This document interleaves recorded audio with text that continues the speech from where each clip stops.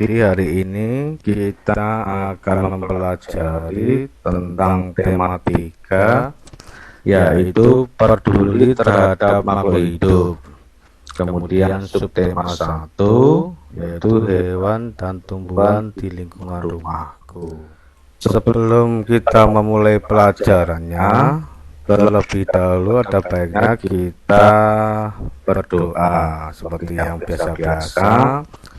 Kalau di sekolah kita membaca surat pendek, nah berhubung ini daring, kita akan tidak lupa dengan hafalan-hafalan surat pendek dari Al-Quran. Kita bisa mendengarkan surat pendek berikut ini. Mungkin anak-anak mempersiapkan duduknya, menyimak di depan perangkatnya masing-masing, dan dihafalkan dalam hati. Surat Al-Kautsar. A'udzu billahi minasy syaithanir rajim. Bismillahirrahmanirrahim. Nah, itu tadi surat Al-Kautsar. Mungkin dengan mendengarkan kalian sudah bisa mengingatnya ikutnya, karena kita juga lama tidak upacara bendera. Pak Guru takutnya kan lupa dengan dasar negara kita. Dasar negara kita apa coba Mas Ryan? Indonesia. Indonesia, coba masyarakat membantu. Pancasila. Tepat sekali. Di mana Pancasila itu ada 5 sila yang sering kita bacakan pada waktu upacara, ya. Nah, karena lama sudah tidak upacara, Pak Guru takutnya lupa kalian Pancasila itu isinya apa saja. Nah, untuk mengingatnya kita bisa menyimak berikut ini. Pancasila. Pancasila. 1. Ketuhanan yang Maha Esa. Nah, itu tadi isi dari sila-sila Pancasila, ya. Jadi mungkin itu bisa membantu anak-anak untuk mengingat dan menerapkan isi-isi dari Pancasila itu, diamalkan di kehidupan sehari-hari. Ada sila pertama yang berisi ketuhanan yang Maha Esa, kemudian sila kedua, dan seterusnya. Itu ya. Nah, ini langkah-langkah pembelajaran yang akan kita lakukan hari ini. Ada berapa coba? 1, 2, 3, 4, 5. Ada 5 pelajaran, ya. Nah, sebelum kita masuk ke materi pembelajaran, kita baiknya tahu terlebih dahulu apa sih tujuan pembelajaran hari ini. Nah, kita cari tahu. Nah, tujuan pembelajaran hari ini adalah setelah pembelajaran ini, Pak Guru harap kalian mampu menyusun masalah dan mendesain rencana penyelesaian tentang keseimbangan dan pelestarian lingkungan dengan lengkap. Untuk mengetahui anak-anak berhasil atau tidak dalam pembelajaran ini, ada indikasi yang bisa kalian lihat dari kemampuan kalian, atau Pak Guru lihat dari kemampuan kalian, untuk mengetahui apakah kalian berhasil dalam pembelajaran ini. Nah, inilah indikasinya. Setelah pembelajaran, kalian mampu menyusun masalah dan mendesain penyelesaian masalah tentang pelestarian sumber daya alam bersama orang-orang di lingkungannya. Nah, setelah kita mengetahui tujuan dan indikasinya, mari kita masuk ke pembelajaran inti. Nah, coba kalian lihat tampilan gambar di layar kalian ini. Sudah tampak nggih gambarnya? Sudah. Sudah. Sudah. Oke. Coba di gambar itu apa yang ganjil? Kalian perhatikan gambar kalian di depan kalian itu. Kelihatannya ada yang ganjil enggak? Kalau ada yang ganjil, harusnya bagaimana? Sama diperhatikan ya. Kalau sudah perhatikan, coba siapa yang dapat menjelaskan atau menceritakan apa yang ganjil di gambar tersebut dan harusnya bagaimana? Coba bisa raise hand. Oke, Mbak Unjila, silahkan Mbak Unjila. Sampah jangan dibakar, tetapi dibuang di tempat sampah. Oke, bagus. Tepuk tangan buat Mbak Unjila ya. Siapa lagi yang bisa membantu atau melengkapi dari Mbak Unjila? Oke, masyarakat. Jangan dibakar, tetapi Oke. dibuang di sampah karena membakar sampah bisa menyebabkan polusi udara. Oke, bagus. Jadi apa yang dijawab Mbak Unjila dan Mbak Raka itu sangat tepat. Jadi gambar di sini yang ganjil adalah sampah yang tertumpuk di depan halaman rumah. Nah, biasanya kalau orang-orang yang belum tahu, sampah ini pasti akan dibakar. Jelas. Nah, kalau sampah dibakar itu menimbulkan bahaya baru, yaitu apa? Polusi udara, karena asapnya bisa mencemari lingkungan. Nah, ini coba kalian perhatikan gambar ini. Kira-kira apa yang ganjil dari gambar ini? Oke, Mas Ryan. Hutan gundul dapat menimbulkan bencana alam. Oke, bagus sekali jawaban dari Mas Ryan.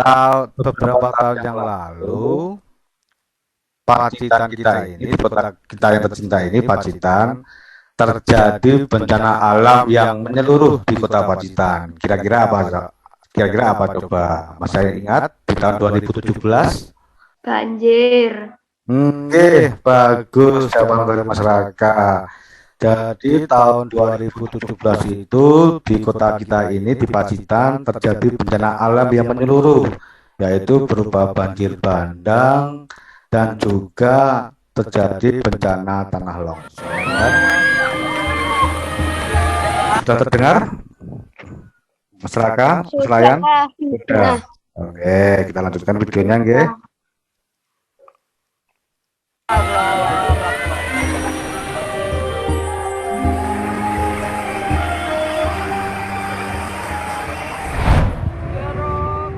Coba kalian diskusikan tentang video tadi dengan diskusinya, nggih.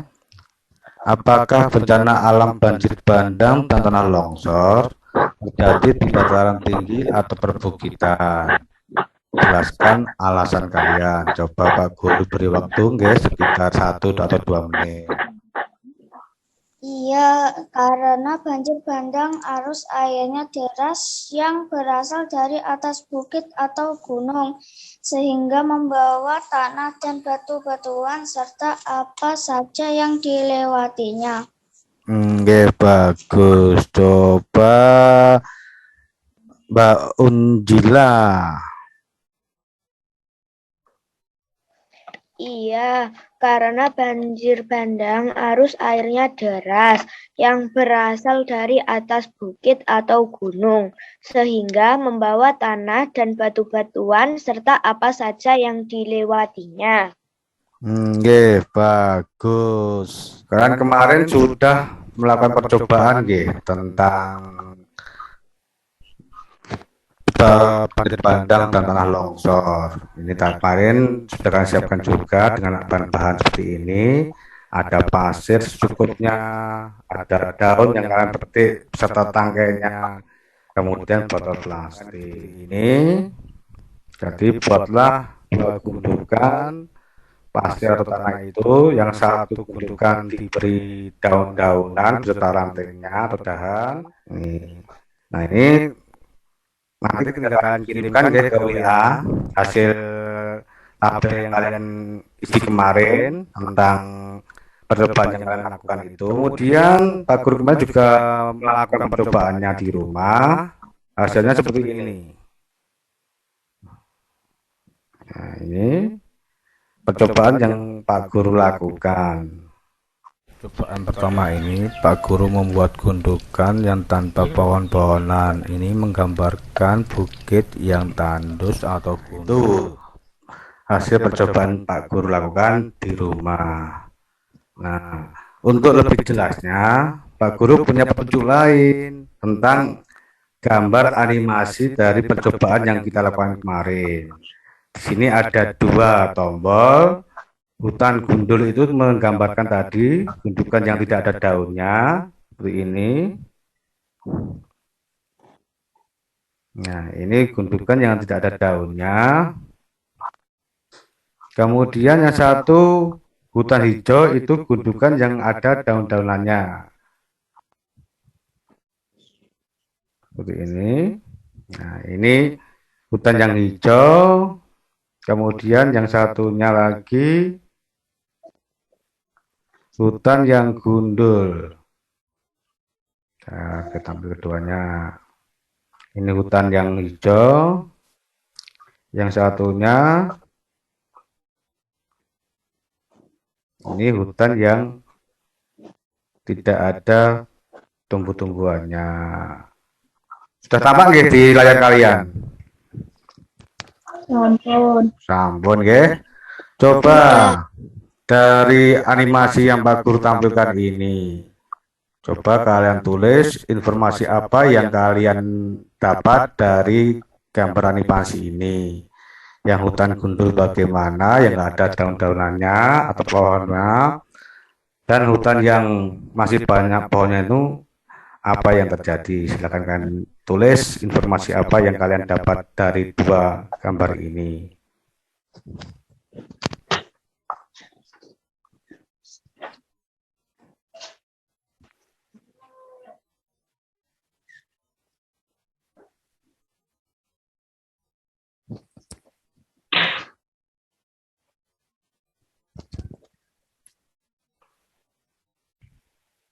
Kalian amati, kemudian kalian tulis informasi apa yang kalian dapat dari dua animasi ini.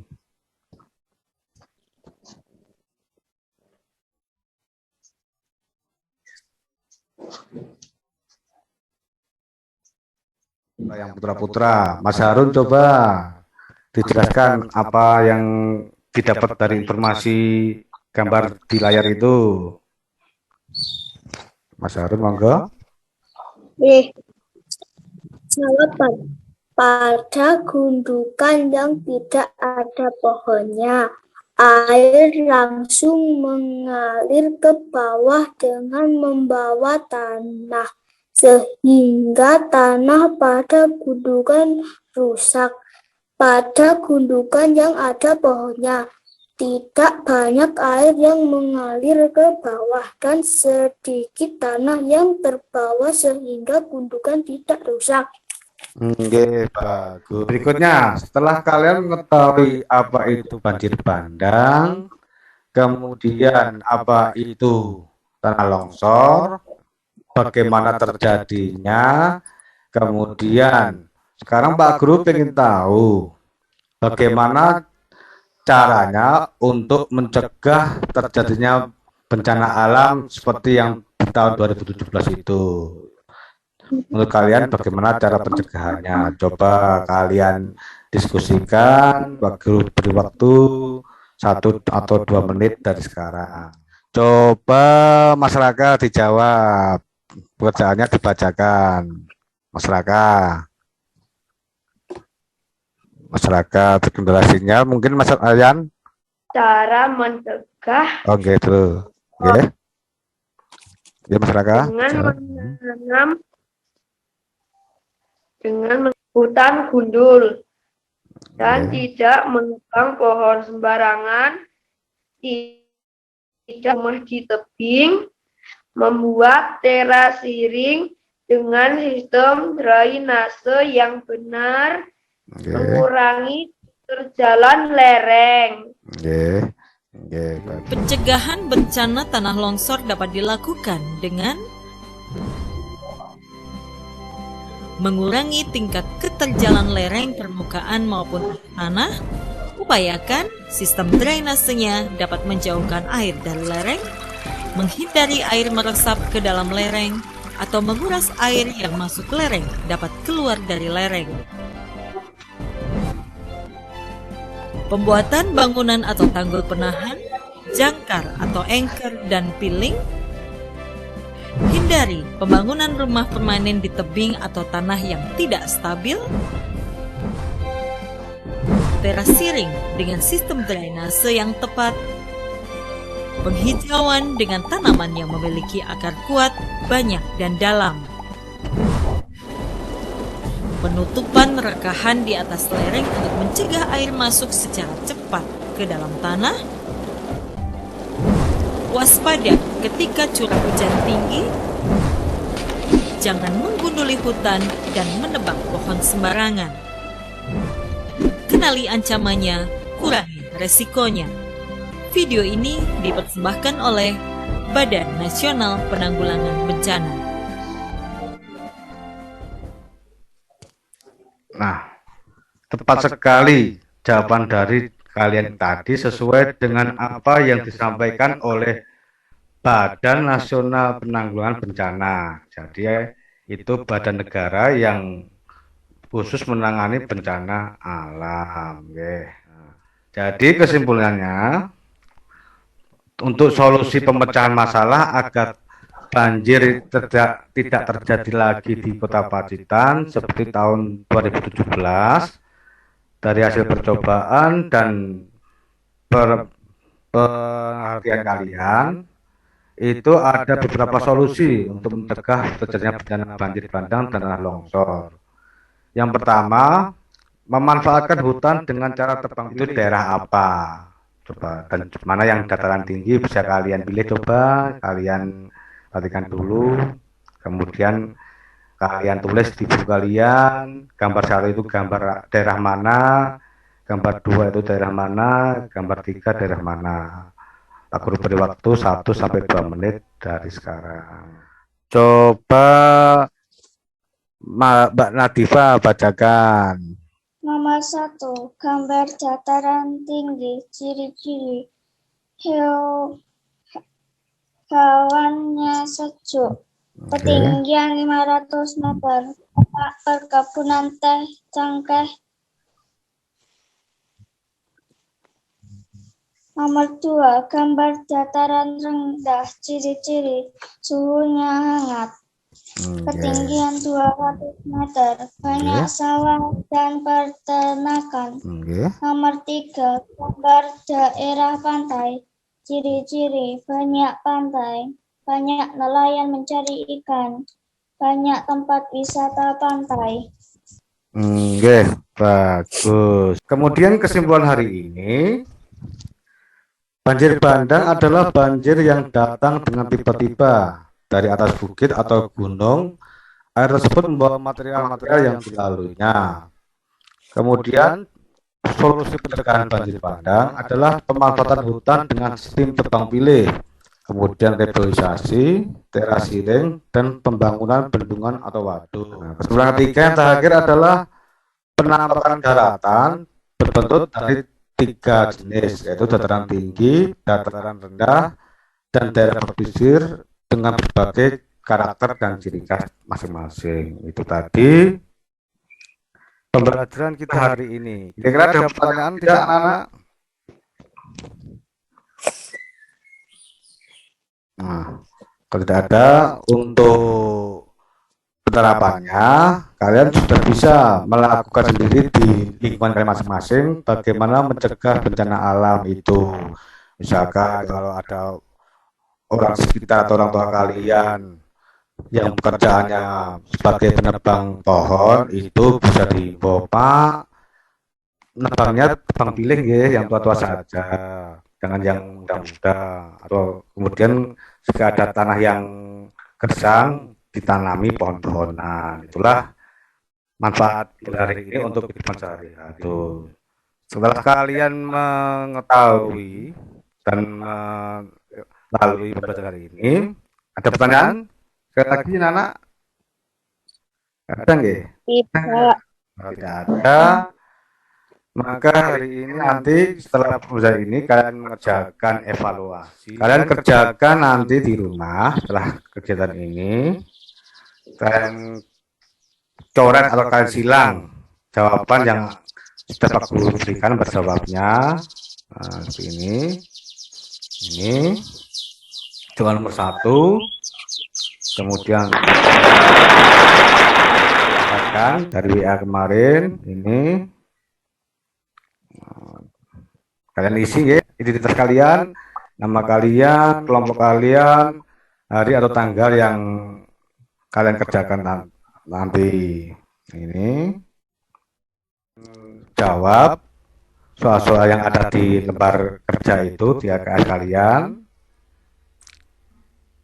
Kalau tidak ada pertanyaan, kita akhiri. Tadi awal kita mengawalnya dengan berdoa, dengan mendengarkan surat pendek. Untuk akhir kegiatan ini, kita juga mendengarkan surat pendek lagi agar kita senantiasa mengingat surat-surat pendek dan beribadah selalu kepada Allah Subhanahu wa Ta'ala. Kita duduk yang baik dulu. Kita dengarkan surat berikut ini. أعوذ بالله من الشيطان الرجيم بسم الله الرحمن الرحيم إذا جاء نصر الله والفتح ورأيت الناس يدخلون في دين الله أفواجا فسبح بحمد ربك واستغفره إنه كان توابا